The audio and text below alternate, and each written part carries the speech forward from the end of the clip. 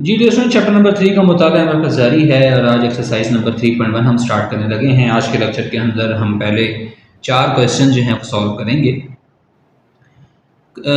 जब exercise number 3.1 है कि तजज़ीह के ज़रिए आदे आज़म जो है वो आपने मालूम करना है। तजज़ीह के ज़रिए आदे आज़म मालूम करना है। क्वेश्चन नंबर 1 की तरफ बढ़ते हैं। क्वेश्चन नंबर 1 है ए बी एक्स वाई और ए स्क्वायर बी और सी, ये दो रकमें दे रखी हैं। कहते हैं आपने इनका आदे आज़म मालूम करना है। हम क्या करेंगे, सबसे पहले लिखेंगे ए बी एक्स वाई की तजज़ीह, वो लिखें क्या होगी, एक होगी ए, ठीक है, ज़रब बी ज़रब एक्स ज़रब वाई, ठीक हो गया। दूसरी रकम क्या है, ए की दो बी सी की तजज़ीह, वो आपके पास क्या आ गया, एक आ गया ए ज़रब ए ज़रब बी ज़रब सी। उसके बाद हम क्या लिखते हैं, हम देखेंगे इसमें मुश्तरक आद कौन से हैं। मुश्तरक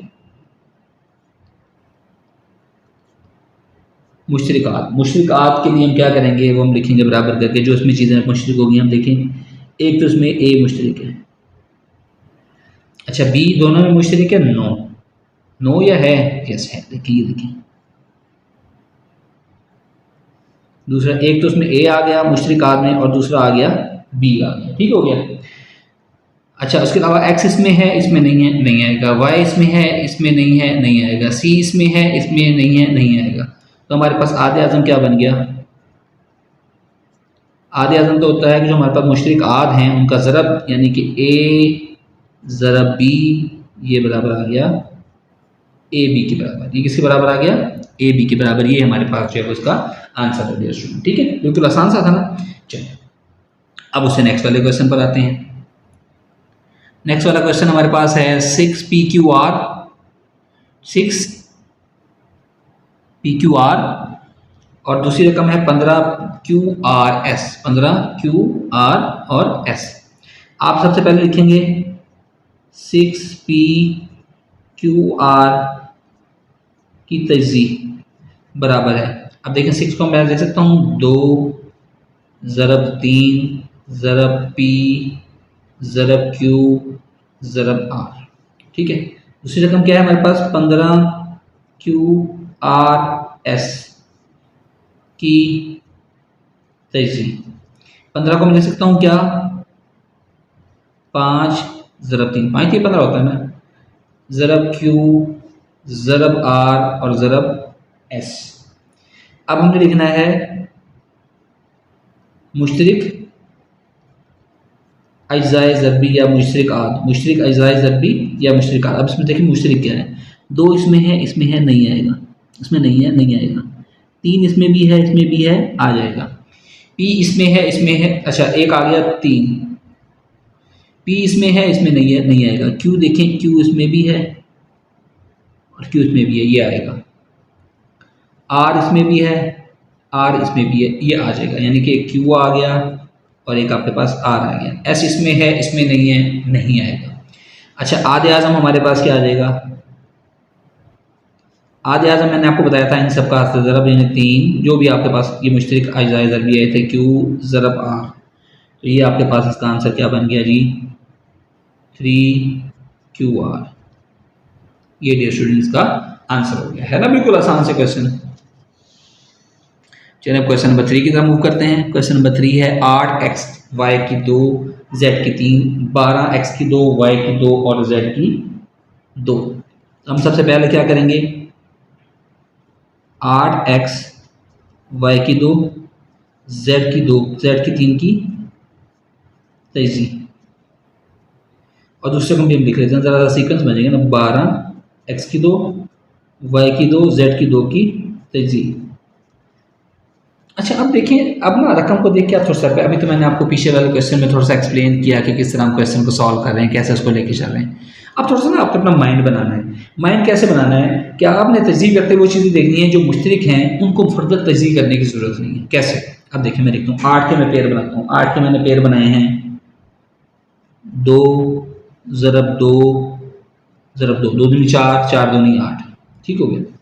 अब देखें x इसमें भी है, x इसमें भी है, तो x तो वैसे को वैसे ही लिखना पड़ेगा। अब देखें y की 2 इसमें भी है, y की 2 इसमें भी है। अब मैं y ज़रा y लिख दूं या y की 2 ज़रा y की 2 लिख दूं, उससे कोई फर्क नहीं पड़ेगा। देखिए क्योंकि इसमें y की 2 इसमें भी है, y की 2 इसमें भी है, यानी कि दोनों में मुशतरक है, तो इसको मैं सिंपली लिख देता हूँ y की 2। अच्छा अब यहाँ z की 3 और यहाँ z की 2, तो इसको मैं ऐसे लिख सकता हूँ z की 2 ज़रब z, ठीक है, z की 3 ही बन गया ना। अब ऐसे मैंने क्यों किया, मैं इसको वैसे z ज़रब z भी लिख देता तो फिर मुझे एक एक करके कॉमन लेना पड़ता। अब मैं आपको आसानी और मतलब फर्दर तरीका समझाने के लिए इसलिए किया है ताकि आपको और तरीके से भी आना चाहिए। अब 12 को मैं लिख सकता हूँ 2 ज़रब 2 ज़रब 3, 2 दूनी 4 और 4 3 12। x की 2 है, यहाँ पर x लिखें ज़रब x लिखें क्योंकि हमें अलग अलग चाहिए। अच्छा y की 2 क्योंकि मैंने ऊपर वैसे लिख लिया इसलिए y की 2 को वैसे का वैसे लिख लें, और ज़रब z की 2 वैसे का वैसे आएगा। अब आप लिखेंगे इसमें मुश्तरिक अज्जाए ज़रबी, वो क्या है, 2 है, यस है। अच्छा फिर देखें 2 है, यस है, 2 इसमें है, इसमें नहीं है, नहीं आएगा, 3 इसमें है, इसमें नहीं आएगा, x इसमें भी है, x इसमें भी है।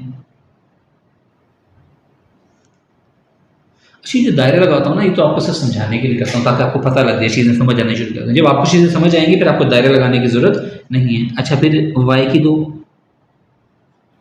और ये y की 2, z की 2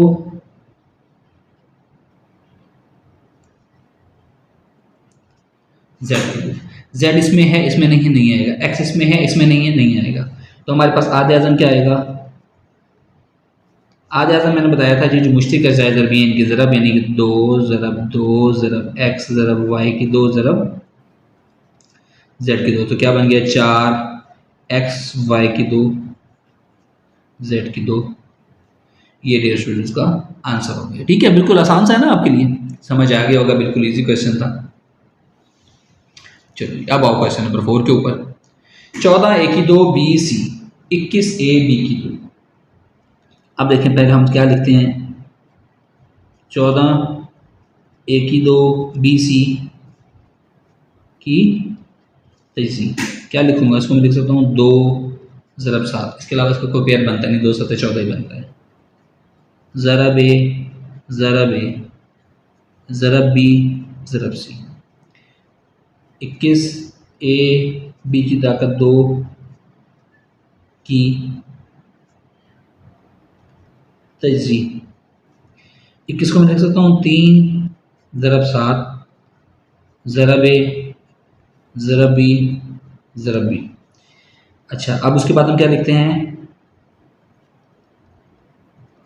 मुश्तरिक अज्जाए ज़रबी, वो क्या है, 2 इसमें भी है, इसमें है, नहीं है, 3 इसमें है, इसमें नहीं है, नहीं है, तो ये नहीं आएगा। अब क्या है 7 है, देखें, ठीक है, ए है, अब इकट्ठे में निशान लगा रहा हूँ, और ये बी है। अब ए इसमें है, इसमें नहीं है, नहीं आएगा, बी इसमें है, इसमें नहीं आएगा, सी इसमें है, इसमें नहीं है, नहीं आएगा।